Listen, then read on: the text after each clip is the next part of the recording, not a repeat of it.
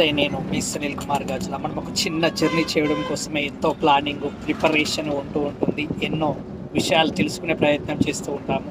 ఎప్పుడు బయలుదేరాలి, ఏ టైంకి రీచ్ అయిపోతూ ఉంటాము, బయలుదేరే ముందు ఏం చేయాలి, వెళ్తున్న క్రమంలో ఏమేమి చేసుకుంటూ వెళ్ళాలి, రీచ్ అయిపోయిన తర్వాత ఏం చేయాలి అని ఒక అద్భుతమైన ప్లానింగ్, ప్రిపరేషన్ ఉంటూ ఉంటుంది.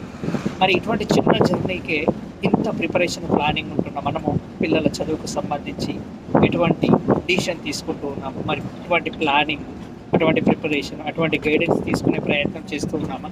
10వ తరగతి కంప్లీట్ కాగానే వాళ్ళు అక్కడ జాయిన్ అయిపోయారు, వీళ్ళు ఇక్కడ జాయిన్ అయిపోయారు, వాళ్ళు ఆ కోర్స్ చేస్తున్నారు, వీళ్ళు ఈ కోర్స్ చేస్తున్నారు, వాళ్ళు అక్కడ కాలేజీలో జాయిన్ అయిపోయారని మన పిల్లల్ని కూడా పంపే ప్రయత్నం చేస్తున్నాం. కానీ అసలు ఏది ముఖ్యమైనది, పిల్లవాడికి ఏది ఇష్టమైనది, ఇవన్నీ పక్కన పెట్టేస్తే అసలు నెక్స్ట్ జనరేషన్లో తర్వాత క్రమంలో ఆ ఎడ్యుకేషన్ ద్వారా వాళ్ళకి ఏ విధంగా ఉపయోగం ఉంటూ ఉంటుంది, ఆ కోర్స్ కంప్లీట్ చేయడం ద్వారా ఎటువంటి ఆపర్చునిటీస్ ఉంటాయి అనే విషయాలను తెలుసుకునే ప్రయత్నం చేస్తూ ఉన్నాము. కాలానికి అనుగుణంగా కోర్సులు మారిపోతూ ఉన్నాయి, టెక్నాలజీ మారిపోతూ ఉంది.